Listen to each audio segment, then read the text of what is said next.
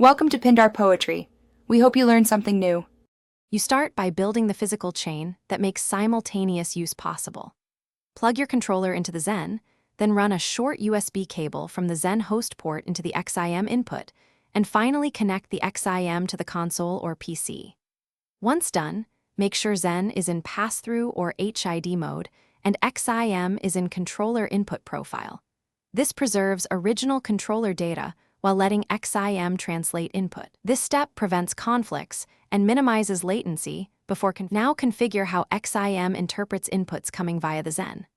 Open the XIM manager and create or load the profile for your game, then map sticks, buttons, and sensitivities precisely. Use raw mouse or raw stick modes to avoid double processing. At the Zen side, disable any scripts, macros, or remapping so it only passes HID data through. Make incremental changes and test in-game after each tweak to confirm motion, dead zones, and button response feel correct and consistent.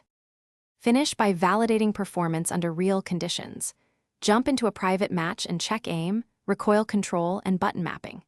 If you see drift, stuttering, or extra latency, shorten cables, reseat every USB connection, and reinstall or update firmware on both devices. If mappings conflict, temporarily disable the Zen and test XIM alone, then reverse. This isolation reveals which device is altering input. One key troubleshooting tip: always disable scripts on Zen first, because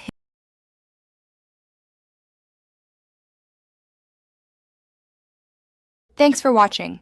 Consider subscribing if we helped you.